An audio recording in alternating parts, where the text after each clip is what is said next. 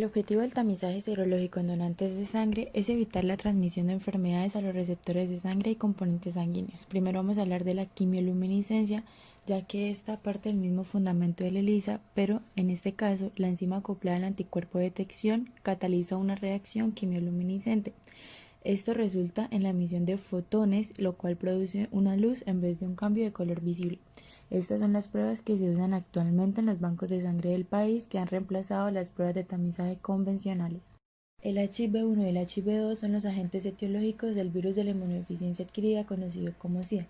La prueba que se realiza es un inmunoensayo conocido como ELISA, el cual se fundamenta en que sus pozos van a estar cubiertos por el péptido sintético del virus para VIH-1 o 2 y además anticuerpos para la detección del antígeno P24.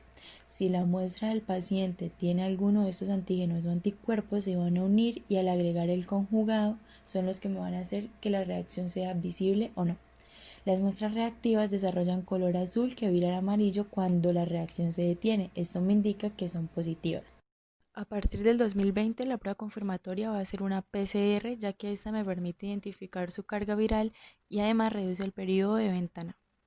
Para la hepatitis B tenemos dos pruebas: detección cualitativa del antígeno hepatitis B y detección cualitativa de anticuerpos contra el antígeno COR. Estas pruebas son una ELISA tipo sándwich en donde va a estar fijado anticuerpos de cobayo, donde se va a unir el suero del paciente y luego se le agregará anticuerpos de la cabra. Para la hepatitis C se trabaja igual que en la hepatitis B, pero simplemente se incluyen antígenos que sean derivados de la nucleocapsia, de la región no estructural y de alguna parte de la ANS5. Se realiza una PCR, ya que la detección y determinación cuantitativa del ARN del virus me proporciona una medida de la viremia activa. La enfermedad de Chagas es el resultado de la infección por el Trypanosoma cruzi. El uso de inmunoensayos enzimáticos permite detectar anticuerpos anti-Trypanosoma cruzi reconocidos específicamente por péptidos sintéticos o recombinantes y por extracto crudo o lisado de epimastigotes de Trypanosoma cruzi. Tiene dos pruebas complementarias, como lo son la prueba de inmunofluorescencia indirecta y la prueba de aglutinación indirecta. Les voy a hablar de la inmunofluorescencia, en donde se usan láminas donde ya vienen estos epimastigotes fijados para identificar los anticuerpos de la inmunoglobulina G presentes en el suero del paciente. Estos se van a adherir al parásito y van a ser detectados por medio de un conjugado de fluoresceína. Respecto al virus linfotrópico de células T, es un tipo de virus que infecta las células T, el cual puede causar leucemia y linfoma. Se contagia por compartir jeringas, por transfusiones de sangre o por contacto sexual y de madre a hijo en el momento del nacimiento o durante la lactancia materna. Las pruebas de tamización son inmunoensayos enzimáticos que consisten en una mezcla de antianticuerpos contra los antígenos HTLV1 y HTLV2, donde la enzima generalmente es la peroxidasa. Si hay presencia de anticuerpo anti-HTLV1-2, se forma un complejo que es medido colorimétricamente. El Western blot es uno de los análisis complementarios en el cual se incluyen antígenos víricos naturales del HTLV1. En cuanto a la malaria o paludismo, es una enfermedad parasitaria causada por el género Plasmodium, cuyo método de diagnóstico más utilizado es la gota gruesa. Dicha prueba tiene como objetivo establecer la especie de Plasmodium y cuantificar el número de parásitos por microlitro de sangre a través de una precoloración para el proceso de deshemoglobinización y una coloración que la completa, logrando diferenciar las estructuras parasitarias. La sífilis es una TS que puede causar complicaciones a largo plazo o la muerte si no se trata de manera adecuada. Las pruebas serológicas para el diagnóstico son de dos tipos. En primer lugar se encuentran las no treponémicas, las cuales consisten en anticuerpos reagínicos, es decir, anticuerpos no treponémicos producidos por un individuo con treponema pallidum, que es el agente causal, contra sus propios tejidos, los cuales se unen a los antígenos cardiolipina y lecitina. Dentro de estas pruebas se encuentra el BDRL, donde el suero del paciente se mezcla con los antígenos mencionados anteriormente. Seguidamente puede observarse en el microscopio un precipitado de partículas finas, lo que se denomina floculación, o puede ser leída macroscópicamente mediante un tubo de ensayo. Los resultados son comunicados como no reactivos, o sea que no hay floculación, débilmente reactivos o reactivos. Otra prueba no treponémica es el RPR, diseñada para detectar reagina en el suero de manera rápida, la cual utiliza el mismo antígeno que la de BDRL, pero ligado a moléculas como el carbón para observar la floculación sin necesidad del microscopio. Si la muestra es positiva, se visualizan pequeños grumos negros. El resultado se reporta como reactivo o no reactivo. Por otra parte, las pruebas treponémicas se emplean como antígeno al treponema pallidum, subespecie pallidum, y detectan anticuerpos específicos antitreponémicos. Dentro de estas se encuentra la FTA-ABS, que se utiliza como confirmación cuando una de las pruebas no treponémicas es positiva. Es el método de elección para el diagnóstico de la sífilis primaria, en donde las células del sustrato se hacen reaccionar con sueros de pacientes y si estos contienen anticuerpos treponémicos se produce una reacción antígeno-anticuerpo. Posteriormente, las células del sustrato son examinadas con un microscopio de fluorescencia. La intensidad de la tinción se clasifica en una escala de 1 cruz a 4 cruces o como negativo, que es la ausencia de fluorescencia. Algoritmos. Estos nos indican el punto de partida, ruta y finalización en cuanto a la toma de decisiones en el descarte y aceptación de los hemocomponentes. Algoritmo número 1. Selección de donantes e interpretación de pruebas de tamizaje en banco de sangre.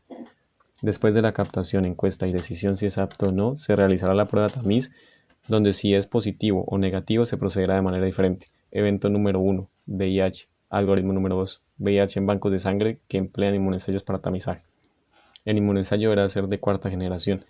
Se recomienda verificar con un segundo inmunoensayo que cuente con una especificidad superior al 95%.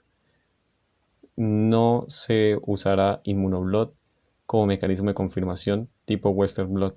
No es considerado prueba confirmatoria. Algoritmo 3 y 4. VIH en bancos de sangre que empleen determinación de ácidos nucleicos para tamizaje a partir de ARN VIH. Presente, ausente. Evento número 2. Hepatitis B. VHB. Algoritmos 5, 6 y 7 describen acciones a seguir por los bancos de sangre que empleen inmunoensayos para el tamizaje, dado que para VHB se tamizan 2 marcadores infecciosos. Se describe la situación por separado en caso de tener 2 resultados reactivos en simultaneidad o cuando solo uno es reactivo. Algoritmo 8, 9 y 10. Hepatitis B en bancos de sangre que empleen determinación de ácidos nucleicos para tamizaje. Evento número 3. Hepatitis C. VHC. Algoritmo 11. VHC en bancos de sangre que empleen inmunoensayos para tamizaje. A partir del 2020 no se usará inmunoblot como prueba confirmatoria de hepatitis C. Algoritmo 12 y 13. VHC en bancos de sangre que empleen determinación de ácidos nucleicos para tamizaje. ARN VHC presente y ausente. A partir de 2020 no se usará inmunoblot como prueba confirmatoria de hepatitis C. Evento número 4. Antitecruce. Algoritmo número 14. Antitecruce en bancos de sangre. El primer inmunoensayo deberá contar con una sensibilidad superior al 98%. El segundo inmunoensayo deberá contar con una especificidad superior al 98%. Evento número 7. Sífilis. Algoritmo número 15. Sífilis en banco de sangre. Evento número 8. HTLV. Algoritmo 16. HTLV en bancos de sangre. Personas que hayan tenido contacto con estas enfermedades se descartarán permanentemente. Proceso general de ubicación, notificación y canalización de donantes confirmados. Una vez se haya hecho la confirmación serológica por parte del banco de sangre, se procede a hacer la ubicación de los donantes. Si es posible ubicarlos, se gestiona la asesoría y entrega de resultados junto con el envío de la información a la EPS en caso de ser necesario para poder seguir un diagnóstico complementario de tratamiento. Posteriormente se notifica al sistema de hemovigilancia del Instituto Nacional de Salud. Ubicación y citación del donante.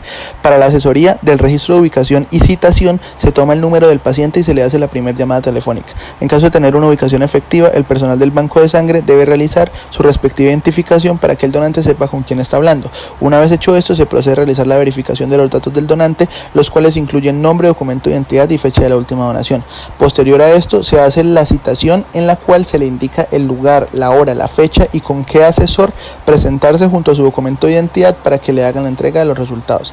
En caso de no lograr ubicar al donante, se procede a hacer una segunda o tercera llamada telefónica en caso de ser necesario, además de enviar correos certificados. Si la ubicación no logra hacerse, se envía como caso de ubicación no efectiva a la red distrital o departamental de banco de sangre con su respectiva documentación. Allí se hace la revisión de estos casos en el área de vigilancia de la dirección territorial y una vez ocurra esto es un caso cerrado para el banco de sangre. Asesoría y entrega de resultados. Por ejemplo, un donante VIH positivo o indeterminado, inicialmente se hace la asesoría preprueba en la cual se identifica el personal del banco de sangre, se verifican los datos del donante y se realiza la asesoría pretest, donde se suministra al paciente información general sobre su infección, los resultados obtenidos hasta el momento y la necesidad de una nueva muestra para hacer confirmación del diagnóstico. Posteriormente se vuelve a citar asesoría, se entrega el resultado final y se hace el proceso de canalización y remisión a los servicios de salud en caso de ser necesario, porque si es un paciente que no presenta infección o problema alguno, simplemente se le entrega su resultado. canalización y remisión a los servicios de salud. Allí se debe identificar el tipo de aseguramiento que tiene el donante, entregar al mismo su orden de remisión y finalmente ingresarlo a la base de datos de donantes diferidos permanentemente. Acá se considera cierre del caso para el banco de sangre. Al donante se le entrega una carta que va dirigida al banco de sangre hacia su aseguradora, donde se debe especificar que se hace la remisión debido a que presenta resultados positivos para los marcadores procesados en el banco de sangre, indicando la fecha, el mes, el año y demás datos que se observan en la carta. En resumen, el flujo de información debe permanecer entre el banco de sangre que confirma el caso del donante, la notificación al sistema de hemovigilancia distrital o departamental, el donante y la aseguradora a la cual se va a canalizar. La información no debe salir de allí.